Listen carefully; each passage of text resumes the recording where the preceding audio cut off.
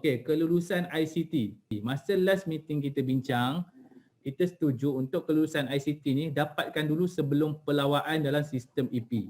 Tapi praktis sekarang ada juga PTJ yang pelawa dulu, lepas tu baru dapat kelulusan dalam sistem EP. So sebenarnya kita dah setuju kelulusan ICT ni dapat dulu sebelum pelawa dalam EP. Sebenarnya kelulusan ICT ni hanya berkaitan dengan pengesahan, kalau merujuk perkeliling kerajaan mengatakan kelulusan ICT ni hanya berkaitan dengan spesifikasi teknikal saja, sebab perlu ada kepakaran daripada teknikal untuk lihat daripada segi sudut ICT ni. That's why kita kena ada kelulusan ICT. So melihat daripada segi spek-spek lah, contoh macam komputer, kena kelulusan ICT.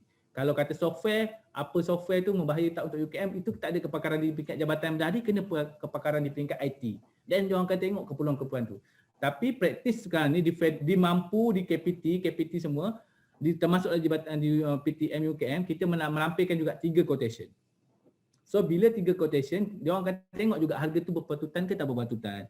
So tuan-tuan dan puan-puan yang saya hormati sekalian, kelulusan ICT ni tuan-tuan dapatkan dulu sebelum pelawaan dalam sistem EP, di mana tuan-tuan sebenarnya boleh je minta dekat syarikat-syarikat mana-mana tu, mana dia punya daripada segi spesifikasi dia, dan of course dia akan bagi quotation. Sebenarnya itu praktik biasa, tapi bila dah dapat kelulusan ICT baru pelawa dalam sistem EP. Itu sebenarnya saya rasa memang secure, sebab apa kita tak nak jadi terpending lama, tiba-tiba dah pelawa, terbiar macam tu je. Assalamualaikum Cik Irwan. Waalaikumsalam, siapa tu Okey, Puan Intan daripada FEP. Ya, Puan Intan, silakan. Okey, nak tanya yang pasal kelulusan perolehan ICT tu, saya dah buat pelawaan untuk kelulusan ICT tu. Okey.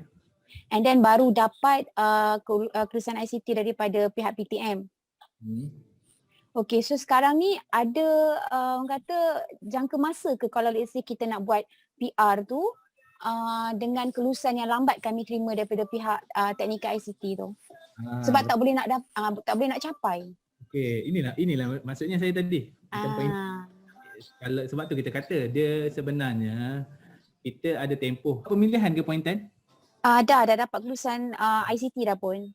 Dapat kelulusan ICT. So sebenarnya itu tak ada, tapi dia akan jadi lambat lah benda kat situ. Sebenarnya betul. Sekarang dapat kelulusan ICT siap-siap. Kita boleh survey je sebenarnya. And then masalah saya ni saya kena reopen balik ke atau macam mana? Sebab takut betul tak perlu. Tak perlu untuk yang akan datang lah. Benda ni pun actually dibangkitkan oleh Puan Syahidah, Cik Faris dulu sebelum ni. Kita take note lah yang sedia ada tak apa, tapi yang selepas ni kelulusan ICT pun dapat dulu. So nanti pun dekat PTM saya actually dengan jawatan kuasa ICT, saya tengah nak tambah dekat mana kita kena kelulusan ICT ni baru masuk dekat EP. Okey, dan sekarang ni tindakan saya untuk seterusnya ada apa-apa cara? Tak perlu dah. Semua sekarang ni lampirkan tu dah. Dia tak boleh upload dah kan? Dia tak boleh upload kat situ dah tak boleh. Dan bila saya masuk ke dalam UFAS, dia tak boleh nak tarik pun NETS yang dah sedia ada. Nombor NETS tu? Yes. Ada masalah ke? Kalau tak nanti saya boleh email kepada pihak ni? Sepatutnya kalau dah berlaku pilihan syarikat dekat ringkasan tu, kita dah ada perakuan daripada pelulus, dah lulus pun pemilihan syarikat tu, dia akan terus push data tu ke UFAS. So maknanya PR tu dah ada kat UFAS. Sepatutnya macam tu. Memang kalau dah ada pemilihan tu, dia akan terus pergi ke UFAS dan ada data tu. Tapi dalam konteks ni tak ada kan? Ya. So tak ada tu kena maklum pada kami lah, technical error tu. Okey, terima kasih Cik Iwan. Terima kasih Pak Intan. Okey, soalan pertama. Untuk pendaftaran ID kaitan dengan SPKK perlu mengisi borang BO01 ke? Ya, perlu, sama je. SPKK pun sama. Okey. SPKK ni tak silap saya di bawah hospital lah, tapi borang yang sama lah. Nanti kena submit pada hospital lah. Saya ingin bertanya, sekiranya pembekal so ejen jadi NETS, kita boleh pelawaan tersebut hanya kepada syarikat tersebut saja atau perlu juga buka kepada pelawaan? Kita cadang, kalau kata dia sole agent, kita open je. Kalau kata betul dia yang ada, dia je lah masuk. Kalau tak ada, kalau ada yang masuk tu dia bukan sole agent lah. Pembelian luar negara macam mana tuan? Pembelian luar negara sama ni. Pembelian luar negara tak ada pesanan rasmi. Kita tak ada keluarkan pesanan rasmi. So dia lalu by manually lah. Luar negara tak ada lah dalam sistem IP ni. Dia ni syarikat pendaftaran kita je. Especially dalam negara lah. Salam, Cik Iwan. Kelulusan ICT adakah hanya untuk jika menggunakan peruntukan pengurusan mengurus saja? Pengurusan saja. Bukan, dia semua kumpulan wang. Kumpulan wang dia sebenarnya bukan berdasarkan kumpulan wang, tapi berdasarkan item barang tu, ICT, komputer, peralatan software ke apa kita nak beli. Even though printer pun saya tengok dalam baru ni tatakuasa ICT saya pergi, kena tengok juga, PTM tengok juga. Sebab apa, kita nak tengok daripada segi kesesuaian spek-spek dia lah. Yang kita sendiri di Jabatan Bendahari pun tak pakar kadang-kadang.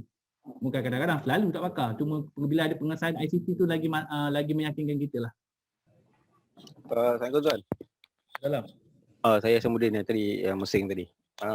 Berkenaan bekalan. Cuma saya nak tanya macam perkhidmatan penyelenggaraan kan. Kita kat sana ada sebiji bot yang perlukan diselenggara lah. Sama ada berkala tu tak jugalah, bergantung pada ke macam nak ikut hours running engine tu lah. Dia macam ni, dulu kita ada satu syarikat yang memang buatlah penyelenggaraan ni. Dan kalau based on boatman yang kat sana ni, dia pergi kat kedai tu untuk buat. Sekarang ni baru-baru ni kita ada nak buat penyelenggaraan yang agak besar. Dan terpaksa hantar kepada satu company di JB lah, Supra Teknik dan sebagainya macam tu.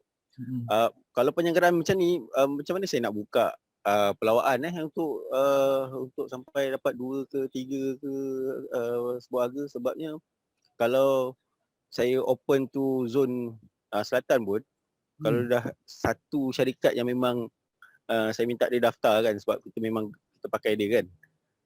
Adakah itu boleh dikira sebagai dah dapat kajian pasaran dan sebagainya?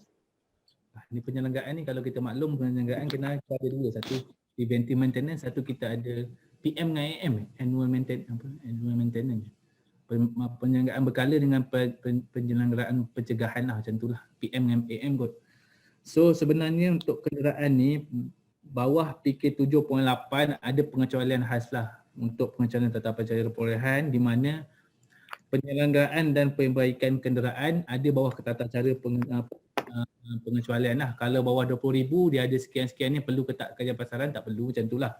Tapi dalam konteks tuan ni bot tadi kan? Ya tuan, bot. Bot. So, sebenarnya bot ni pun dikategorikan sebagai kenderaan lah. So maknanya pengecualian. So katakan nak pelawa dalam IP memang pun boleh, tak ada masalah. Tapi kita boleh invite syarikat. Jadi maknanya memang saya kena minta. Bawah 20,000 lah. Kita kenal satu syarikat je yang buat benda tu. Kerana sebab semua orang yang gunakan enjin yang sama hantar ke tempat yang sama. Kalau nak ada pun di Melaka, di Selangor, which is akan pertambahan 1,000, 2,000. Betul. Dia cakap boleh invite je syarikat tu. So saya akan minta dia daftar juga EP. Tapi macam saya kata tadi lah, kalau kata justifikasi macam tu lah, kena ada lah. Kalau kata pembuktian tu lagi bagus, yang betul-betul syarikat tu jadi yang dekat Johor, yang dekat area Tuan lah. Itu yang jadi masalahnya. Sebabnya dia bukannya macam sole agent untuk macam enjin saya, enjin Mercury. Bukan dia bukan sole agent untuk repair. Tetapi bila kita tanya orang kat sana, kalau repair kecil-kecil boleh orang ni. Boleh syarikat ni. Tapi bila repair yang besar, kita kena hantar sampai ke JB. Something like that. So saya akan minta dia pelawaan dan dia masuk seorang je, tak apa Betul. Dia biasa buat penyelenggaraan tu berapa amount dia sebulan? Dia bukan sebulan. Dia ikut running engine macam kita service kereta kan. Sampai mileage kita kena bayar. Berapa anggaran dia? Kalau yang normal, yang memang setahun sekali memang akan ada dalam 2,000, bawah 3,000 lah. Tapi yang baru ni ada penyelenggaraan yang besar yang macam kerosakan sikit dalam 13,000. Kat sini lah, berkaitan dengan penyelenggaraan dan pembaikan kenderaan yang berkala. Maksudnya annual apa? Dia PM lah. So maknanya memang ada dalam PK 7.8 ni, kalau tuan-tuan selalu tengok perolehan kerajaan ataupun dekat kita punya keliling kerajaan pun ada, keliling UKM Bendahari pun ada. Keliling 2019 ke 2019 ke? Jangan 12 ke? Yang berkaitan dengan pembaikan dan penyelenggaraan dan pembaikan kerajaan. Kalau bawah PK kerajaan 7.8, PK 7.8 kata kalau untuk pembaikan dan penyelenggaraan kenderaan ni, kerajaan pasaran adalah dikecualikan. Sebab apa dikecualikan? Sebab yelah, kita dah macam contoh lah, ni kalau kata macam kenderaan UKM lah, contohnya dia kena servis dekat Honda, kena global amenity saja. So tu dia memang dikecualikan lah. So sama juga dalam konteks bot ni juga. So sebab tu ada perkeliling 7.8 ni. Konteks kajian pasaran ni maksudnya saya kena 2-3 quotation juga ke ataupun saya boleh satu quotation je? Dia kata dikecualikan, tapi justifikasi daripada PT dia tu kena ada lah, macam saya mention untuk yang Alright. Kita boleh buat sokongan dan sebagainya lah. lah, betul. So maknanya Okay, terima kasih. okey, sama.